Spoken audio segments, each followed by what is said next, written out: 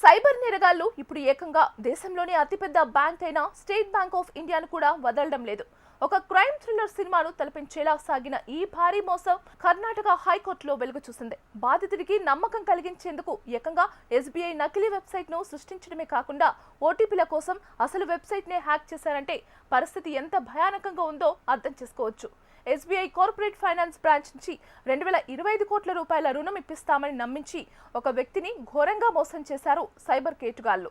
ఇందుకోసం వారు చెన్నైలో ఎస్బీఐ అధికారులమంటూ బాధితుడిని కలిసి 7% కమిషన్ డిమాండ్ చేశారు. బాధితుడిని నమ్మించేందుకు నిందితులు sbicf.co.in అనే ఒక నకిలీ ఎస్బీఐ వెబ్సైట్ ను సృష్టించారు. అంతటితో ఆగకుండా ట్రాన్సాక్షన్లు నిజమనిపించేలా బ్యాంక్ అసలు వెబ్సైట్ ను హ్యాక్ చేసి ఓటీపీలు పంపారు. బాధితుడి ఖాతాలో 225 కోట్లు ఉన్నట్లు నకిలీ బ్యాలెన్స్ కూడా చూపించారు. ఇది నిజమని నమ్మిన బాధితుడు కమిషన్ కింద ఏకంగా 72.5 కోట్ల రూపాయలను నిందితులకు చెల్లించాడు. తీరిగ్గా బ్యాంకుకు వెళ్లి విచారిస్తే కానీ తాను మోసపోయానని అతనికి అర్థం కాలేదు.